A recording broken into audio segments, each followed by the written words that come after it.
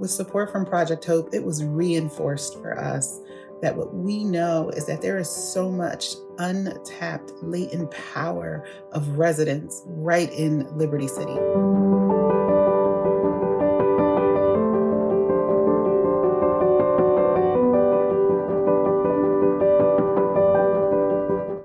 With Project HOPE funding, we were able to receive just-in-time financial support for two new initiatives that we were kicking off in Liberty City, Miami, a predominantly and historically Black community.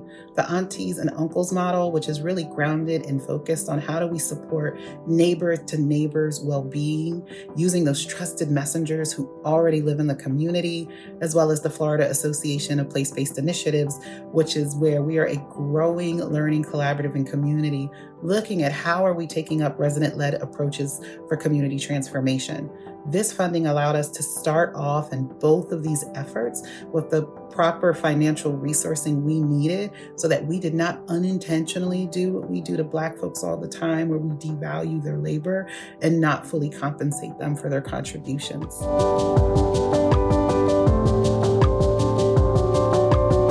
So one of the things that I think could be extremely helpful as partner agencies think about their work in context of local communities is to remember in every step of the way, uplift and highlight the ways in which the talents, capacities, and gifts of residents is at the core of what should be done.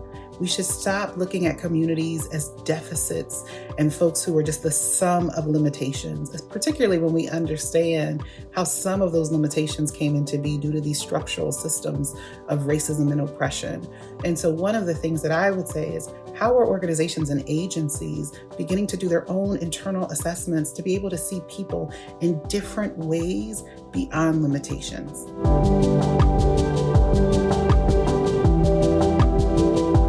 With support from Project HOPE, it was reinforced for us that what we know is that there is so much untapped latent power of residents right in Liberty City. And when given the full space to explore those identities as residents and neighbors, that the solutions that will really transform and support community well-being exist right within Liberty City.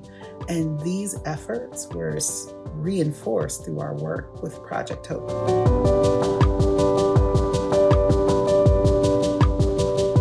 So in Liberty City, what I can tell you what we're going to do is we are going to continue to deeply explore ways that we can lift up the power and voice of residents. We are challenging ourselves each and every day to look at our work and say, wait a second, where are the places and spaces that we need to fall back so that residents can continue to lead?